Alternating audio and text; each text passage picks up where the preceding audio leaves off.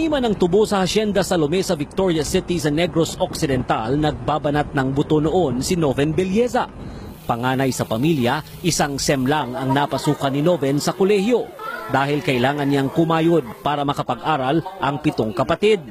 Pagkatapos ng mahabang pagbibilad sa araw, pagkanta ang inaatupag ni Noven tuwing gabi para may extra income sa pamilya. Pigado sa munti.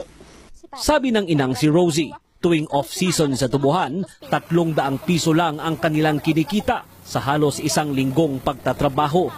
Pero kulang pa rin ito, kaya nagsikap si Noven para makapasok sa tawag ng tanghalan sa It's Showtime.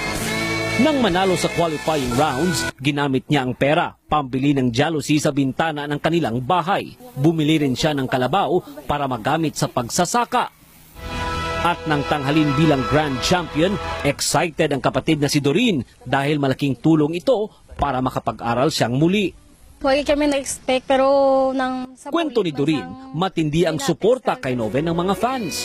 Pati isa sa mga singer ng Air Supply na si Graham Russell napahanga rin.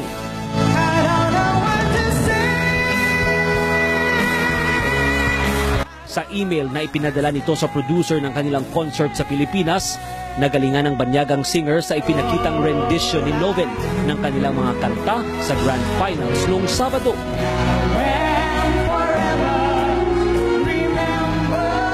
Sa guesting sa Umagang Kay Ganda, nanatiling mapagkumbaba si Noven. Sa dami-dami pong kumakanta ng Air Supply so dito sa buong mundo.